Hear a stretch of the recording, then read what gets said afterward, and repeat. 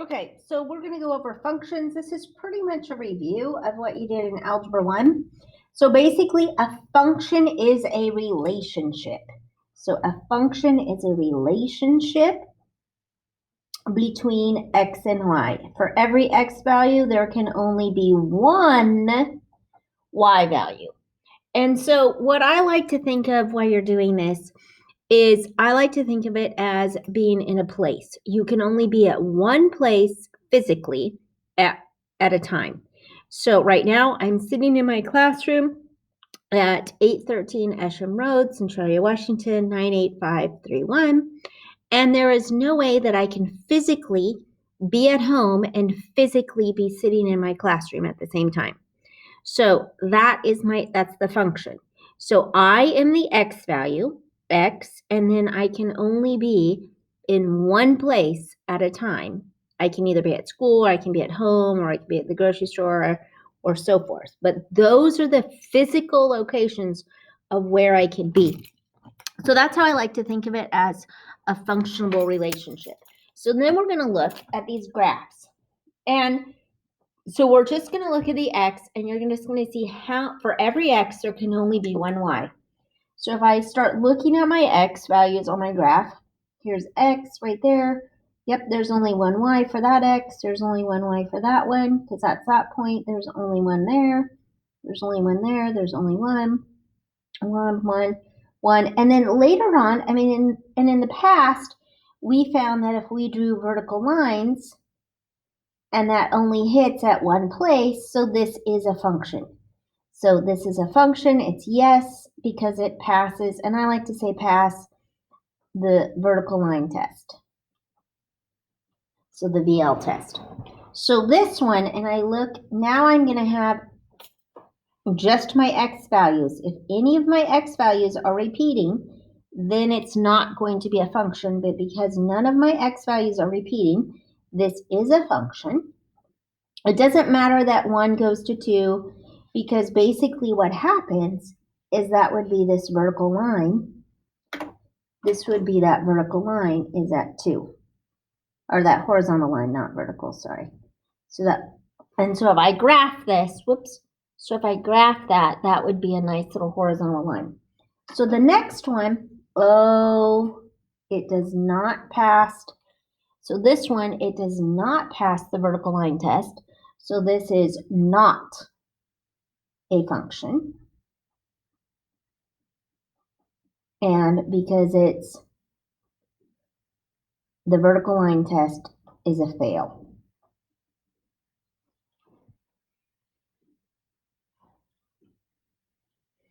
So this next one, we look at domain and range. So we're going to look at domain and we're going to look at the range. So in this case, what happens is when you have your domain and range, this is like saying, if I put this out, this is called a mapping. When it's like this, this is called a mapping.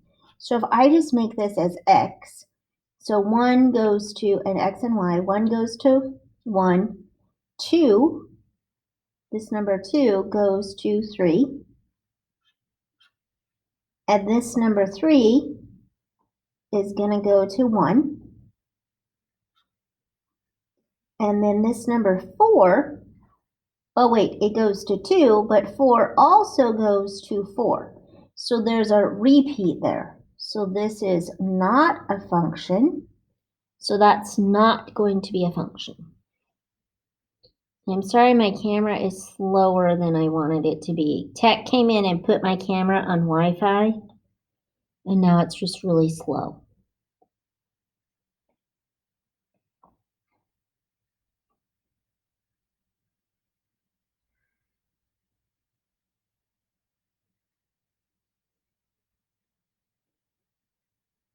So that's not going to be a function. And now what happens is when it's not a function, and it's because x repeats. I just put that x repeats. Okay, so the next one I'm going to go through, this is in a table, and I'm going to look to see if any of my x values repeat, and they don't. So this is a function, and no x repeats. Let's see if I want you to try to do the next one by yourself.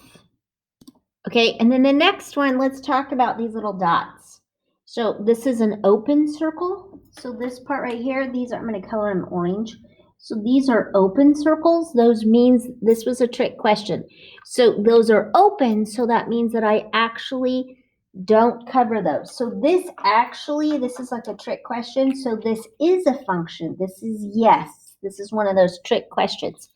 This is a yes because it's open here, it opens, but it closes, and so it doesn't include that particular part. It's closed, and then it's open there, so this is yes. So and then you can just say that it passed the vertical line test. Okay, and then the last one is a big fat no, because y or x repeats. So that's that very last one. Okay, you guys can figure out, this is like more like you. Why else could they call it a pencil test? Why could you just go across your graph and make it a pencil test? This is like, why would you think you'd want to do that? That's up to you. So next little thing that we need to talk about is an input. An input is the types of values for x. So those are going to be your x values. And this is like putting it into a little function machine. I put the x into the function machine, and then my output is my y values, or we call those f of x. So that's going to be my output. That's going to be my output. So my x or my y. So the next is the domain are the types of values for x, and the range is the types of values for y's. We need to go through and we're going to review what all of these little things are: rational, irrational. These are all examples of real numbers.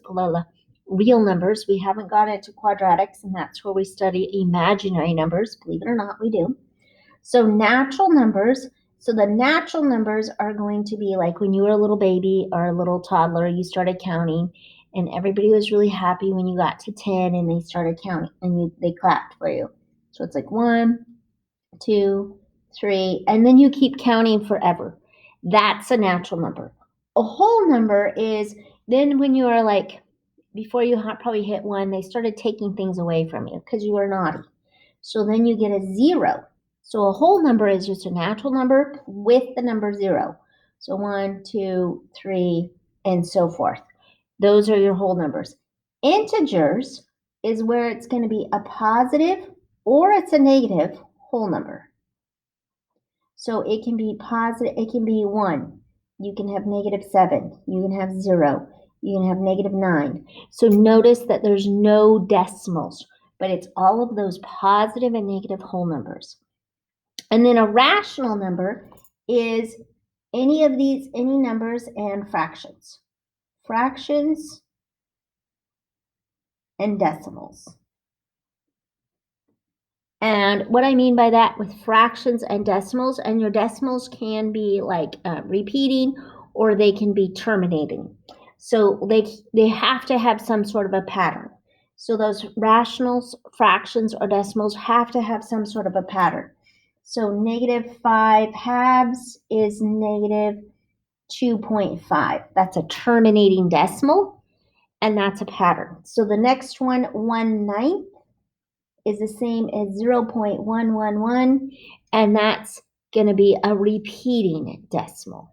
So 1/9 is the same as 0.111, and that's going to be a repeating decimal. Also, rational numbers are going to be like whole numbers. So it's all of these.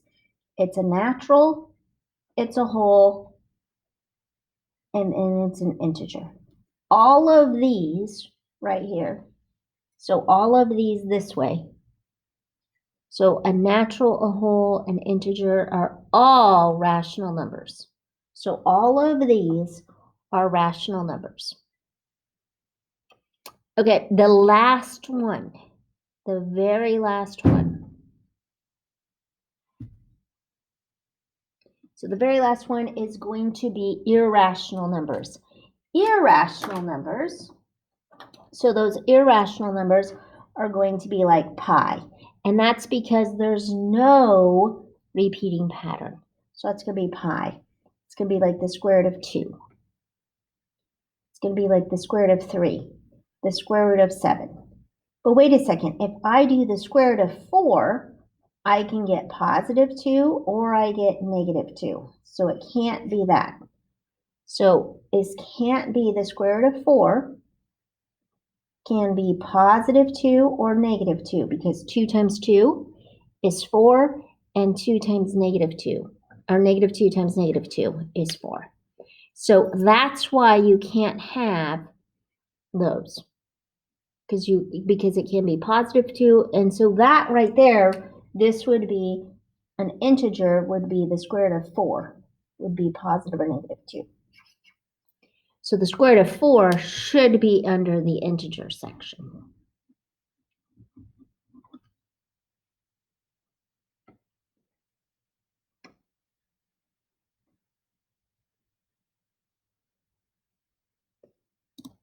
Okay, so this next part. So if X is a number of people, we need to figure out what types of domain. What kinds of these numbers would be domain? So if we talk about people, can you have negative people? And the answer is no. Can you have the smallest amount of people? The smallest amount of people would be 0 because you could have a whole number. So we're not going to deal with integers because you can't have negative numbers. So far we have a whole number. And the next question is, can you have part of a person? So if a person is mentally not all there, emotionally, physically, emotionally or whatever, or just cognitively, they're still a human being, and so we still count them as a whole person. If a person is paraplegic, quadriplegic, is missing a limb, cut off a finger, they're still an entire person, so we count them as that whole person. So the answer to this particular question would be that this would be whole numbers.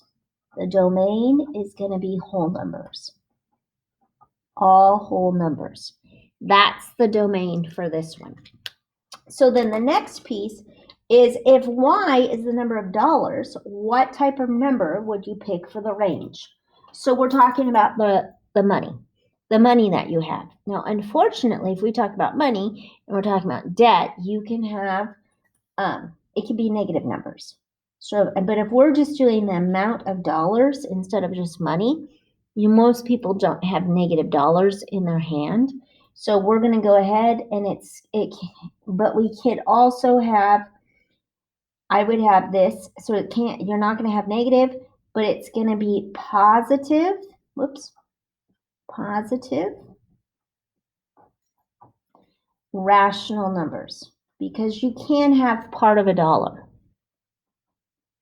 You can have part of a dollar because you can have 50 cents. That's part of a dollar. You can have a penny. That's part of a dollar. Flipping your paper over, we have discrete and continuous graphs. Discrete is just a bunch of little dots. So this little graph over here, where it was like that tricky question for function or not a function, because this isn't connected, that would be that's an example of a discrete graph. So I picked this back over. And so all of these are discrete, and then all of these are continuous because they have lines connecting everything. Those are continuous. So now when you go through and state the domain, and when I like to state the domain in range of things, I like to take 2 different colors and I like to highlight everything in domain one particular color. So I'm going to use my orange for domain, and that's everything on the X value. So on my x-axis, I'm going to highlight all of these one color.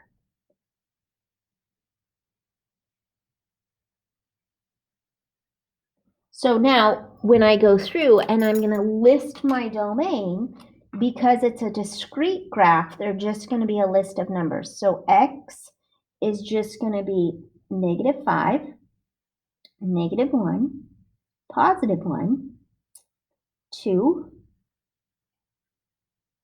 and then I have 3, 4, and 5. That's just going to be a list of those numbers because that's a discrete graph. It's just going to be those particular numbers. So now we're going to do the same thing with range, and this time I'm going to do a different color, and then I'm going to put that on my y-axis. So anything, so I have this point that's at 4, I got this point right here, that's at 1. I got these points down here is at -1. I got another one, and then I got 5, and then I'm up here at 9. So I'm just coloring those little points that are on my y-axis, and then that color. So then my list in y is going to be the range, so I'm going to put down y. And now I'm going to go through and I'm going to write those numbers. And I like to start from the bottom and work my way up. So I have -1, and then I just have a +1, and then I have 4, then I have 5, and then I have 9.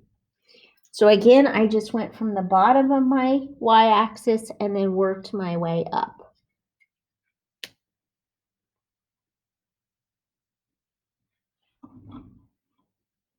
We're going to do the same thing with our continuous graph. So again, I'm going to color my domain the same color, and I'm going to put that on my x-axis. So I look at this point right here, it's on the x-axis there, and then it goes all the way out over to here. And then I'm going to highlight on my x-axis, and that's a continuous line, so I'm going to connect my points. So then we go through and we put that domain in x, and then when you do this time, because you're going to include it, you're going to write that inequality. You're going to write that inequality. It's between, so the smallest amount here, and this is counting 1, 2, 3, 4, 5. So this is going to be 1, and I'm going to go all the way, so 10, 11, 12, all the way out to 12. So from 1 to 12. And then that's going to be my domain. Then the same thing, I'm going to highlight my range. So I'm picking my green to highlight my range, and this, remember, we're going to put that on the y-axis. So I go from my lowest point all the way up to my highest point, and then I look, and oh, this goes from -20 to +30. So that goes from -20 to +30, and remember, range is y, and we're still going to use our inequalities.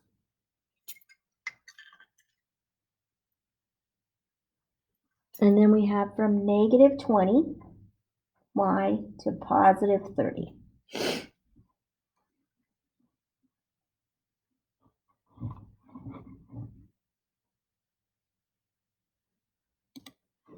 Just a little review of independent and dependent. So the linear and nonlinear graphs, independent and dependent. So the independent is the x value. So the independent is the x, and the dependent is going to depend, is a variable that is dependent, and that's going to be the y value.